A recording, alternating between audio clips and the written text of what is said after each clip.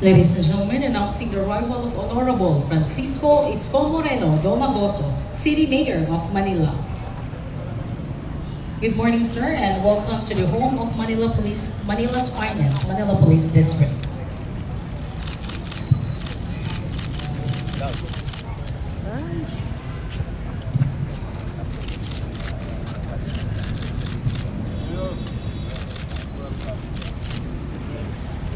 Kita.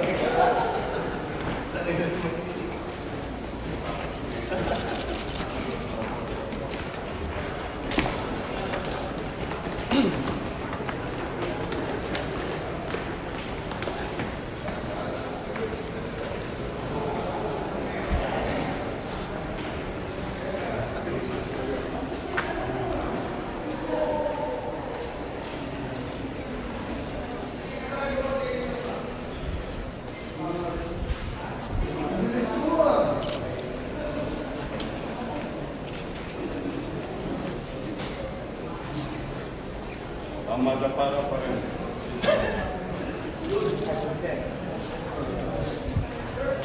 Para mag-discuss ka.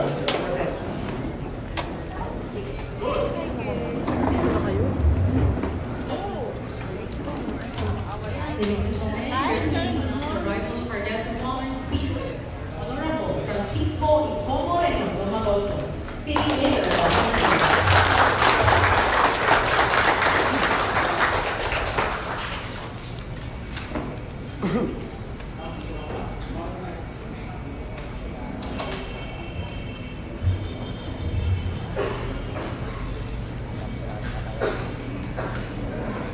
Courteous Honor Speaker, Honorable Francisco Isko Moreno Domagoso, sir. To the Regional Director of National Capital Region Police Office, Police Brigadier General Devol M. sir. To the Regional Commander, Regional Staff Marine Line 88, incoming and outgoing District Director, other senior engineers CCOs, non-uniform personnel, friends from the media.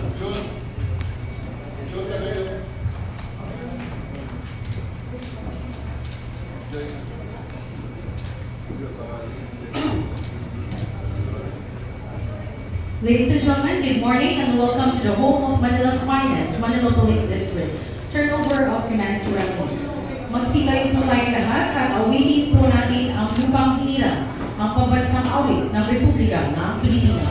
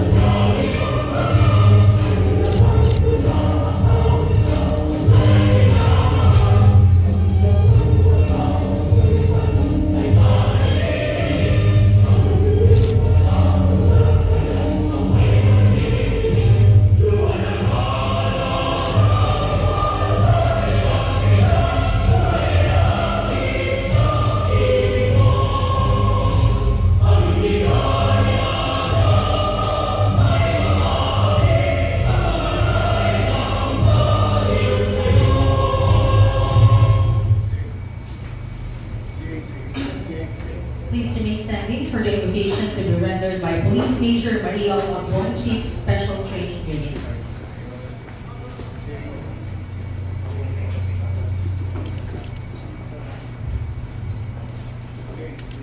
with his power head and the presence of God, who holds the destiny of men and nations.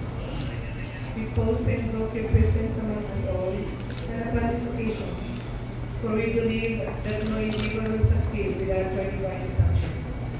We thank you, God, this morning. We can witness the turnover of command ceremony of the District Director of the Manila Police District.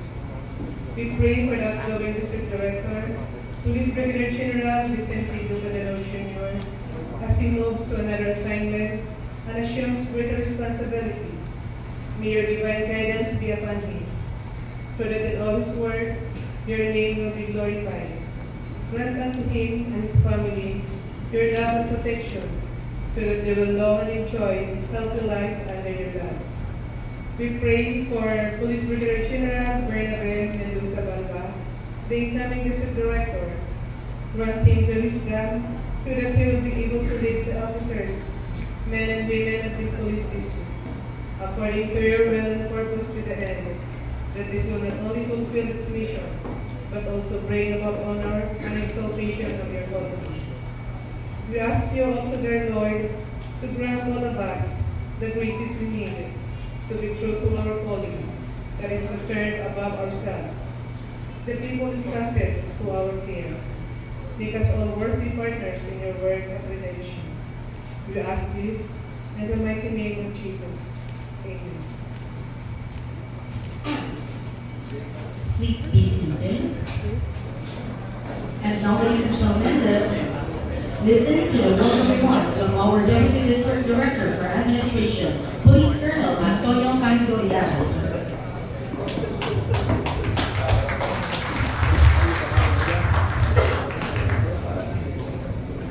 Our Vice Honorable Speaker will be Administrator. To our energetic Regional Director, Police Brigadier General Devol Encinas, sir. To our District Director, Police Brigadier General Vicente D. Danao Jr., sir. City Administrator, Tony Felix Espiritu, and other department heads of the City Government of Manila, the command group of the NCRPO and staff, officers and men of the Manila Police District, members of the media, and to the incoming Police Brigadier General Bernabé Balba, sir, and Ma'am Esperanza Balba. To my staff, is also here, Mr. Magno.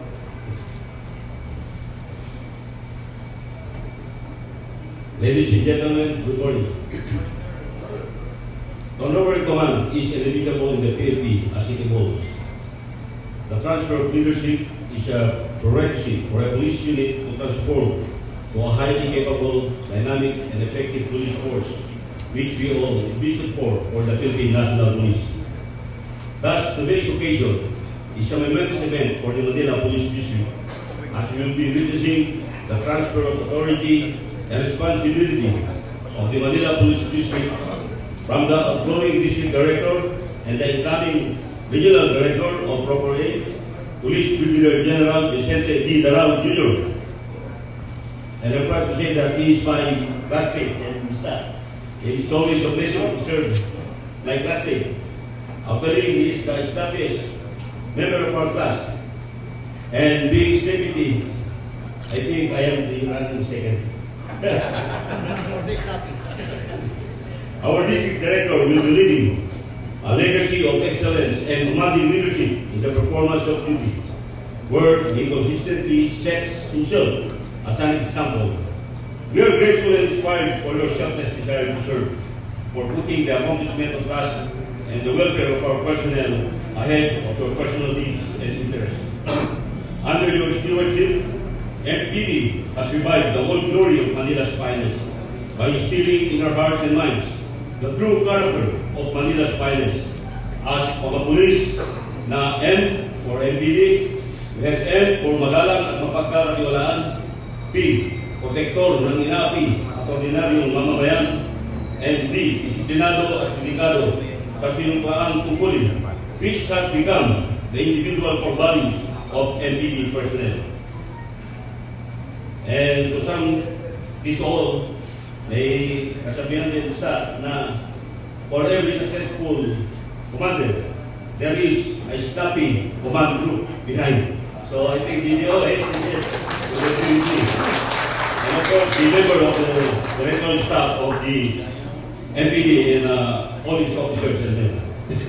And to the incoming District Director, Police Brigadier General Bernabé Mendoza Baga, whom I also worked before during our younger years as officers.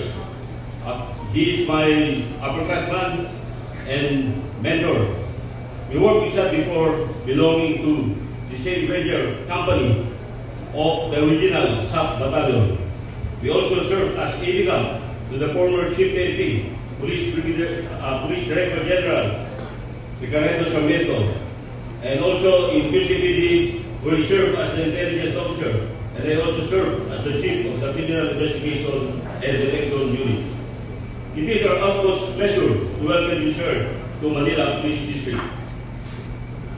We assure you of our steadfast support to your plans and programs in order to maintain the peace and order in the city of Manila as you assume office. You are an additional asset to the MPD to attain its goal of excellent and efficient police service.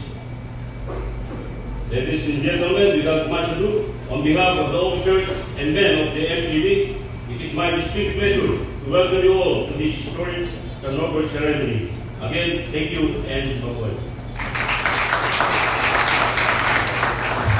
Thank you very much, sir. And now let us move on to the presentation of awards to our outgoing district director. At this point, we request our guest of honor speaker, Honorable Francisco Isko Moreno, and our acting regional director, Police Brigadier General Dibol Encinas, to be assisted by the regional command group.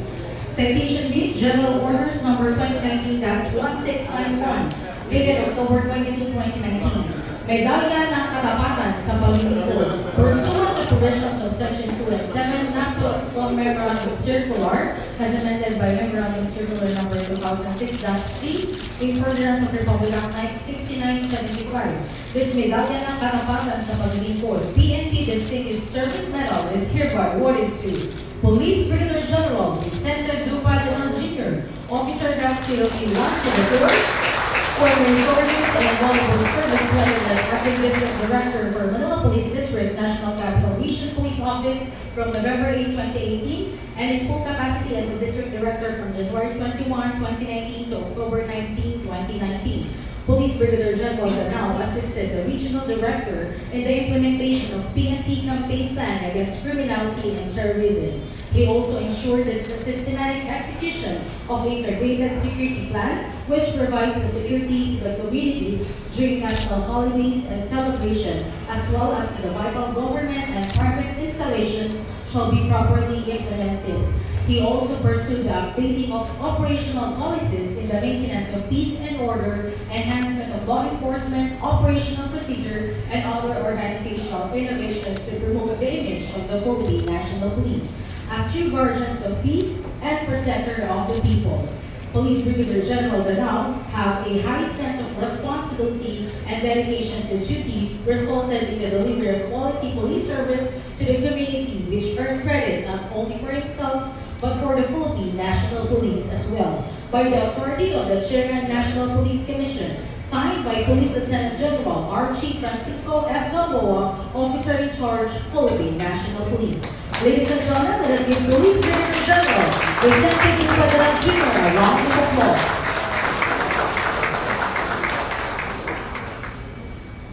Thank you very much, sir, and congratulations. And now, ladies and gentlemen, for the reading of termination and designation order, may we call Police Colonel Maria Leonora C. Camarao, Chief Regional Personnel Records Management Division, National Capital Region Police Office.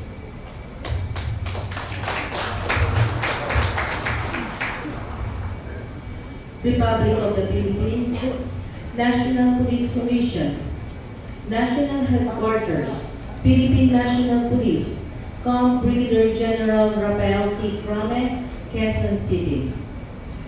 Termination of designation.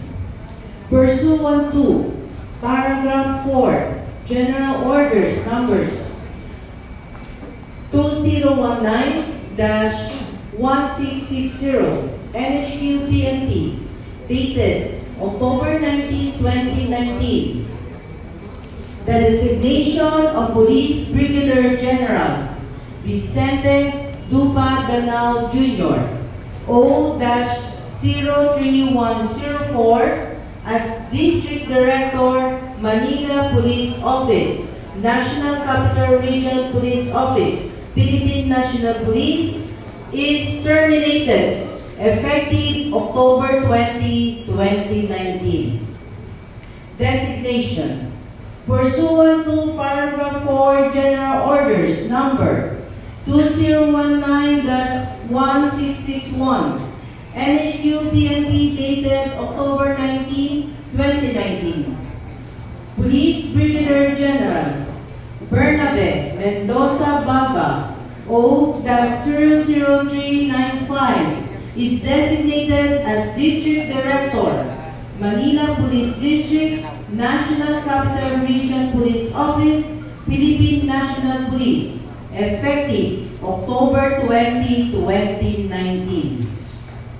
By command of Police Lieutenant General Gamboa, Official Guillermo Lorenzo T. Eleazar, Police Major General, the Acting Chief of Directorial Staff.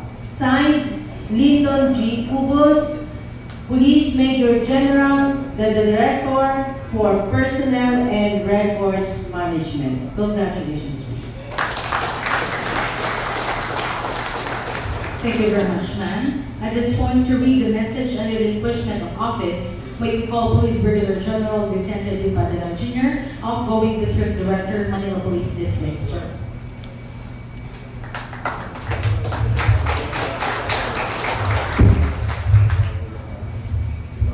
Before I will read my relinquishment of office, please allow me to read my message.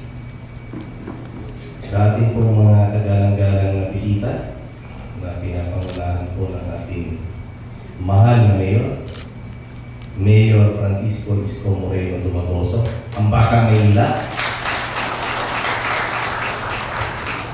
our Regional Director, Sir Dubog Sina, sir,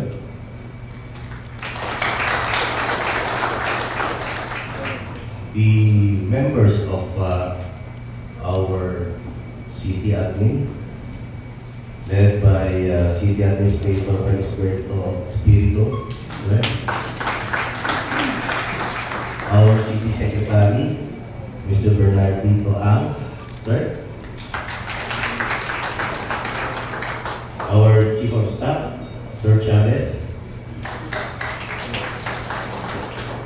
our adopted classmate, Mr. Nat Magno, of course, yung ating yung butihing may bahay ng ating incoming, si Ma'am Banta.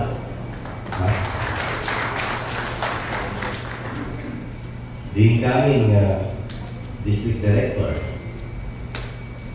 Brigadier General Joel Balbazar. The members of the command group of our NCRPO, our BRTA, Sir Darwin Natalino, our BRPO, Sir Crisaldo Nieves, of course, our CDS, Brigadier General Ilaga, members of our staff, the men and women of Manila Police District,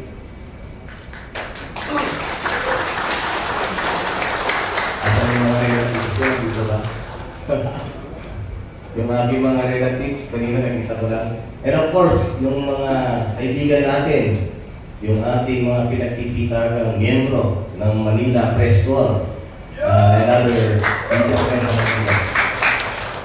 gentlemen and ladies, mga bisita, magandang umaga po sa inyo lahat.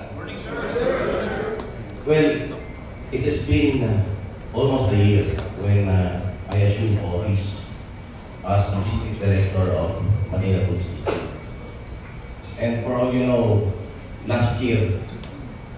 Manila Police District sir is very much always on the limelight. Considering na palaging nauhuli yung ating mga pulis kasi masyadong mababait. That's why when I was about to be assigned dito to tell you frankly sir, sabi ko, parang ayaw ko ng makasyon eh. Mukhang sakit na ulo. Eh imagine, halos buwan-buwan yata, kung di ako makamali, every 2 weeks, or buwan-buwan, laging nasa newspaper, Manila Police District. As a matter of fact, when I was about to be assigned here, 2 weeks before, may nahuli pa ng rape. Yun yung palit-pulit. So sabi ko, ano meron sa Manila Police District at bakit napakatitigas yata ng ulo ng mga animal lang? Sabi ko, kaya nga sir, alam mo, when I was given that order, that night, no? Hindi ako nakatulog, sa totoo lang. Anong gagawin ko sa mga inayupak na to? Ang titigas na ulo.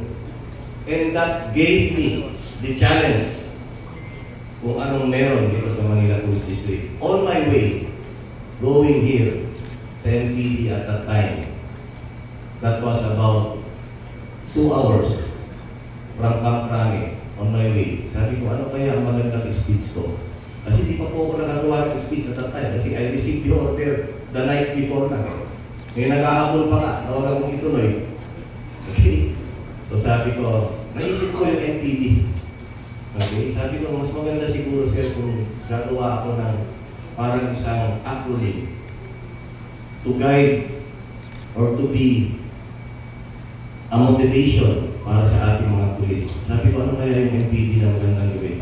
And from that on, I coined siya yung NPD wherein, sabi ko, siguro magandang i-memorize ng ating mga tao pag sinabing M. Ang NPD ay isang pulis na masipag, magana, at mapagkakatiwalaan.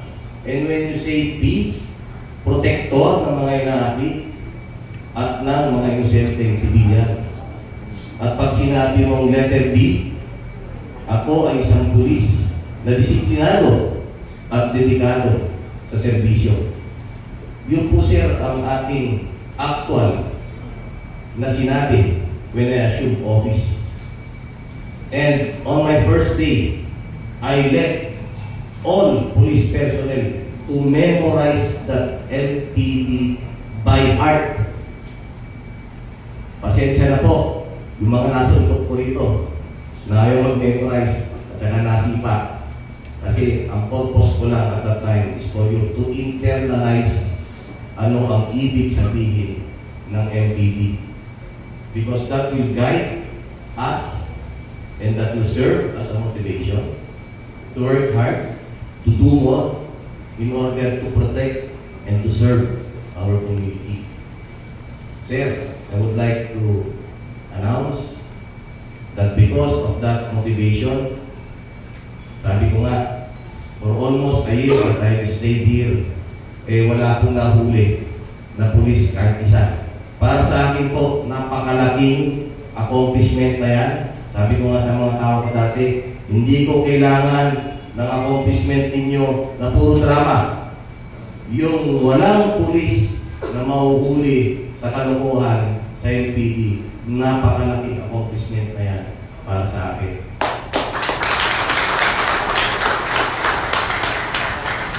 Kasi napakahirap po ikumpas ng isang unit pag wala po tayong disiplina. Kung yung sarili mo ang bahay hindi mo malinisan, paano kung maglilinis ng iyong bakuran? Di ba? Kaya yan po yung aking naging guiding principle to motivate and inspire people in order to work hard for them to be able to meet the standards na dapat natin ibigay sa ating mga mamamayan. Honor ng pa po na accomplishments, hindi ko na po iisa-isahin. Alam po ninyo lahat yan. And I must brag that the Manila Police District is one of the big contributory factor how the regional office got its award of the best regional office. Palakpakan nyo naman. It was during this time, sir, wherein when I assumed office, that even the DITM recognize the efforts of this office. Tayo ang may pinakamalaking ibinaba ng crime rate. And of course, I cannot do that alone. Yan ay dahil na rin sa tulong ng ating mga officers, especially ng command group, at syempre ng ating men in uniform. And of course, we cannot do that alone without the guidance from the Philippine National Police, led by our Chief 20, and our Regional Director then, General Eliasar. And of course, pag hindi sumuporta ang ating LGU, lalong-lalo na sa ating bagong mayor ngayon, fully supported yung ating peace and order. Napakalaki po ang itinulong ng ating mayor, especially doon sa motivation, sa inspiration na binigay sa atin to lead the way. Dati, ang nililinis lang natin, sir, kriminal lang eh. Ngayon, pati basura, nililinis na rin natin. Palapakan natin sa mayor. Karoon nyo ha, yung ating mayor ngayon, naging epitome ng buong bansa sa isang maayos na governance. Okay, so another, palapakan natin.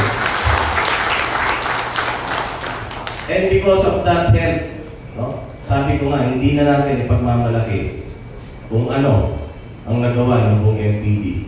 Let the people of Manila judge what we have done for 1 year.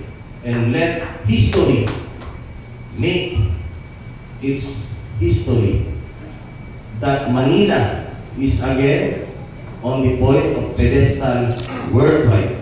And it is put on record that because of the cooperation, dedication to work that our people has done, especially ng ating mga kapulisan, ng ating mga mamamayan. Ito pong ginawa natin dito is yung patuloy na pag-uugnayan. Hindi lang po ito kayang gawin ng LGU, ng pulis, kung wala pong tulong ng ating mga mamamayan. Napakalaking tulong po yung ugnayan na ginawa ninyo, mga kapatid. Alam na alam ko, yung mga pulis dito, pagod na. Nagpapatulya ka na, naglilinis ka pa ng basura, nagkikipag-usap ka pa sa ating mga mamamayan. Yan po, sir, yung ginawa natin dito, sabi ko sa kanila, day 1 pa lang, pinush ko lahat yung ating mga pulis sa ating mga barangay. Sabi ko sa kanila, do not wait for these people to enter your office. Kasi pag pumunta yan ng station, ibig sabihin, problema ang dalagan. You go down to the streets and solve the problem doon pa lang sa barangay. Okay? And because of that policy that we have implemented, that paved way to become Manila City as one of the safest city. Number 43 po tayo. Worldwide. Okay? So sabi ko nga, let history be the judge of what we have done for Manila City. Again, I would like to thank our LGU, lalong-lalo na yung hierarchy ng ating pong Philippine National Police for the trust and confidence that they've given me during my stint as the District Director of Manila Police District. Hindi po ito mangyayari, sir, kung hindi po sa tulong ninyo. Maraming salamat po sa inyo.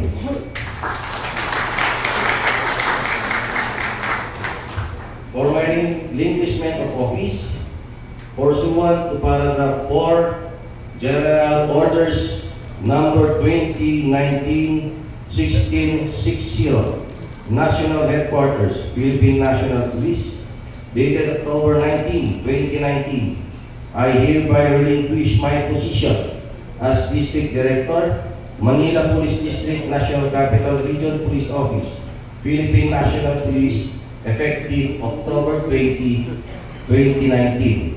And I sign.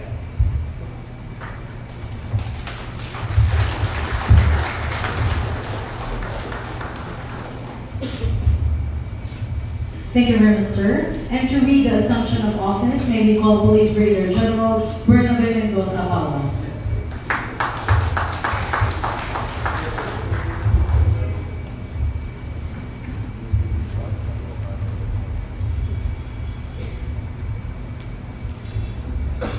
Assumption of office. Pursuant to paragraph 4, General Orders number 2019-1661, National Headquarters, Philippine National Police, dated October 19, 2019, I hereby assume the position as District Director, Manila Police District, National Capital Region Police Office, Philippine National Police, effective October 20, 2019. And I sign.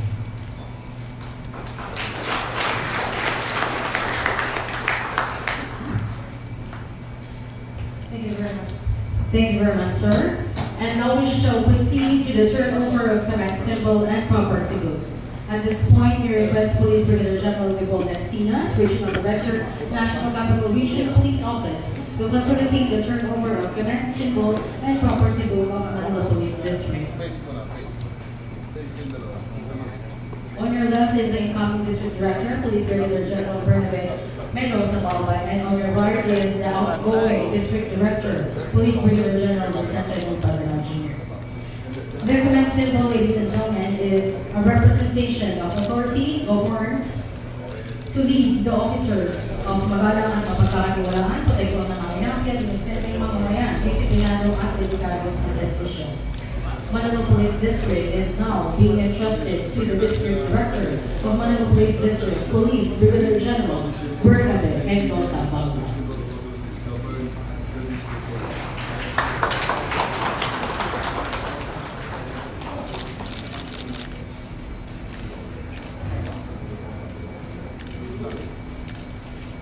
And also, the Manila Police District property book will now be entrusted to the new District Director of Manila Police District. Bigyan din na accept. Property book will be used very well.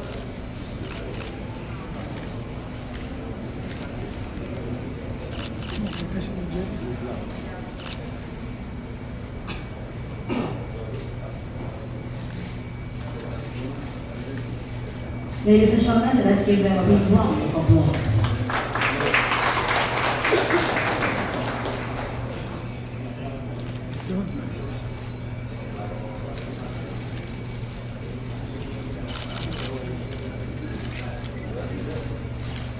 Thank you very much, sir.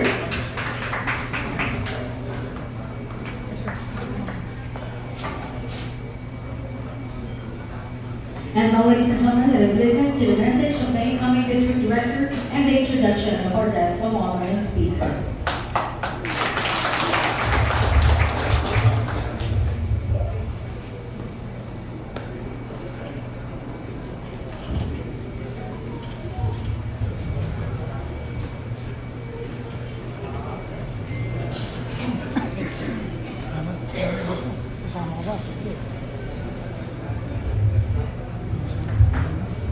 To our guest of honor and speaker, whom I'm going to introduce properly later, the Mayor of Manila, Sir Isko Moreno. Our Regional Director, Police Major General Vivol Encinas, sir. The District Director of Manila Police District, and now the incoming Regional Director of Region 4A, Police Brigadier General Big Danao Jr. The City Administrator, Mr. Felix Espiritu. The City Secretary, Mr. Bernardito Ang. The members of the National Capital Region Police Office Command Group, headed by, of course, our Regional Director and our DRDA, my classmate, Police Brigadier General Jun Tadeo, the DRDO, Police Brigadier General Aldi Eres, and our RCDS, Police Brigadier General Ronnie Lagan, the members of the regional staff, my command group, headed by our DGA, Police Colonel Tony Yara, our DPDO, Police Colonel Risoy Domingo, our CDS, Police Colonel Brent Majaco, the members of the gallant men and women of the Manila Police District, the relatives of Brigadier General Danao, my relatives, my brother, my sister, of course my wife, Mrs. Maida, Mr. Nat Magno,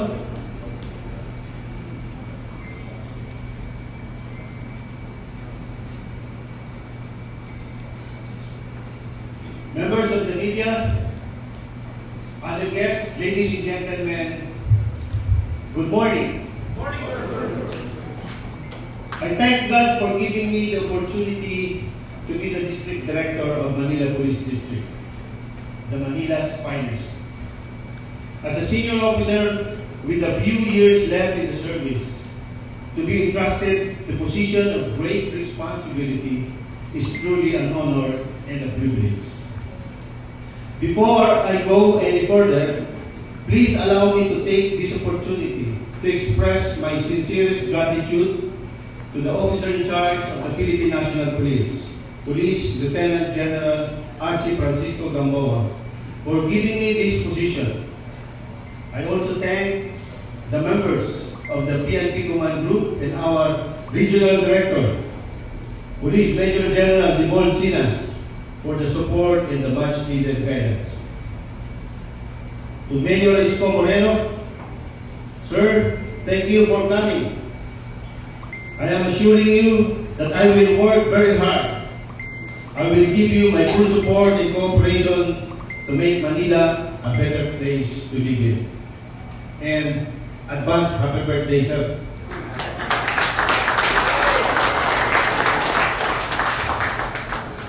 To all my relatives and friends, for all the encouragement and the motivation to withstand all the challenges in this life's journey.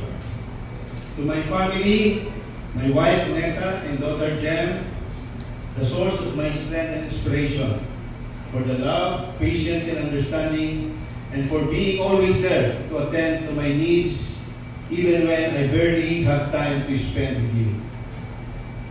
Above all, to our God Almighty, for His unconditional love and endless blessings to me and to my family. May He always be with me as I perform my duty.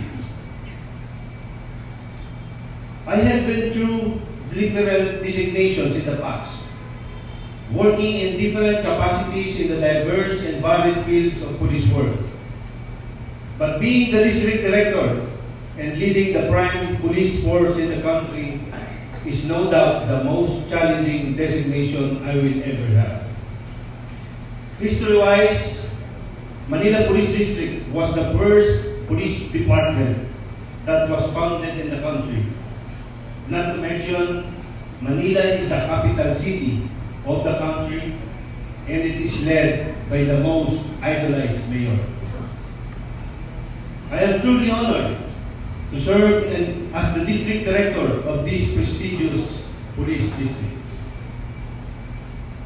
As I assume this post, let me assure you that we will continue to implement and support the marching orders of President Rodrigo Roa Duterte to pursue our campaign against illegal drugs, criminality, and corruption, and the internal cleansing program of the Philippine National Police. We shall also ensure that our plans, programs, and activities are aligned with the PNP Priority Trust and the programs of our regional director. In order for these programs to succeed, all our operational units must harmonize our efforts and work towards these common goals. To my predecessor, my underclass, Brigadier General Big Danao Jr., thank you for keeping this unit as strong and united as it is now. Palakpakan nyo ang Brigadier General. Knowing your numerous accomplishments during your stay, I feel small and unable to fit the space you once occupied. But I will do my best to equal, if not exceed, those accomplishments. I will see to it that the practices you have initiated, as you have mentioned, the MPD, will be sustained and further strengthened under my stewardship, along with some programs and projects that I intend to introduce for the betterment and support of our local government too. To the men and women of Manila Police District, I am honored to be working with you. Let me then take this opportunity to make my appeal to all of you. I am here with all good intentions for our men and for this unit. But I cannot make it possible just by myself. I need your all-out support and cooperation to make this work. I ask of you to extend the same eagerness and commitment that you have offered to General Danao. I am very optimistic of what we can collectively do to make this community safer, more peaceful, and more conducive to growth and development. To the station and PCP commanders, I direct you to supervise well our policemen on the ground and inculcate among them their important role as frontliners of the Philippine National Police. They should take it by heart and practice accountability in all they do, on and off duty. We should always be mindful that even small mistakes could render our greatest accomplishments useless and lead to the demoralization of our men down the line.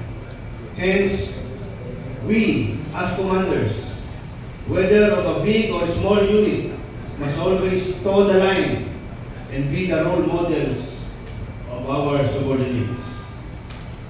On the other hand, let us sow fear to the criminals and stop the nefarious activities by our relentless focused operations and case build-ups. Let us send a clear message that the capital city of Manila is for peace-loving and law-abiding citizens, and that criminals and persons of ill motive have no place here. What starts right always ends right. So, on my first day as your district director, allow me to share with you 3 basic Filipino values that every NPD member should undertake and live by. I call it the 3 M's. This is similar to the MPD of General Danao. Habit, dadagdagan ko lang. But I will pursue the MPD. The first letter M stands for malinis, or being clean. A clean and well-groomed appearance commands admiration and respect. However, the term malinis does not only mean skin deep cleanliness. Although physical appearance undeniably makes the first impression, the character of a person or his inner cleanliness becomes his lasting reputation. A police officer who is malinis does not involve himself in illegal activities that puts the organization in bad light. The second M is magalang, or being courteous. The term magalang characterizes someone who is respectful to his superior officers, peers, and subordinates, and to the people he deals with. He is a police officer who treats everyone with courtesy, regardless of gender, race, religion, social status, or political affiliation. He is the friendly cop around the block who is well loved and respected by the community. Finally, the third M is maaasahan, or being dependable. The public expects us to be always ready to respond to the call of duty. This includes quick response to crime incidents, accidents, disasters, and other emergencies and calls for police assistance. Hence, we must always be available 24/7. Relatedly, a police personnel must diligently perform his duties even without someone telling or watching him. Most of these values are what our people would like and expect us police to do. Hence, we will not tolerate unsanitary and disorderly police stations, ungroomed or unclean and lax-looking policemen, photo cops who engage themselves in illegal activities, bastos na police, or those who are ill-mannered, those who abuse their police power, and those who are not sincere in their job. But this time on, we shall live by these three principles. Ipakita at ipadama natin sa lahat na ang Pulis Manila, na Manila's finest, ay malinis, magalang at maaasahan. Simple lang ang gusto ko. Huwag kalimutan ang magagandang asal. We still have so much work to do. We should be mindful that the groundwork on our campaign against illegal drugs, criminality, and terrorism are huge responsibilities placed on our shoulders. But as difficult as they may seem, the task may be much lighter and easier to accomplish if everyone will just do his part. Leadership should be a continuing show of commitment through genuine service. But a leader will only be truly one if he has the full support of his men and the community he is serving. Hence, a leader's appeal for the support, collaboration, and cooperation from everyone can never be overemphasized. Even President Rodrigo Roa Duterte was quoted as saying, "No leader, even how strong, can succeed at anything of national importance or significance unless he has the support and cooperation of the people he is tasked to lead and sworn to serve." I gladly look forward to be your mentor, partner, brother, and friend as we work together to provide more and better services for the people of Manila. Maraming salamat po, and may God continually bless us all.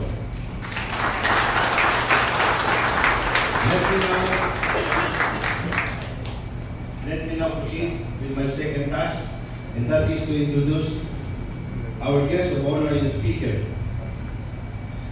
It is really an honor and humbling to introduce a man of the hour and the darling of the social media.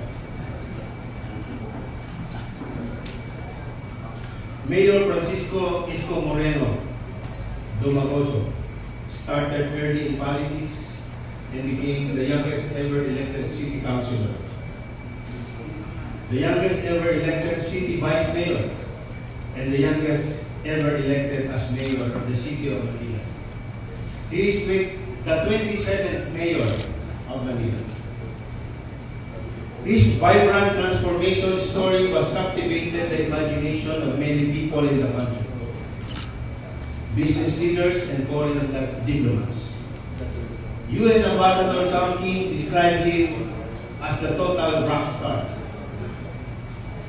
Mayor Isko Moreno served as the Manila Vice Mayor for 9 years and was already a member of the Sangguniang Panunsod when he was only 23 years old.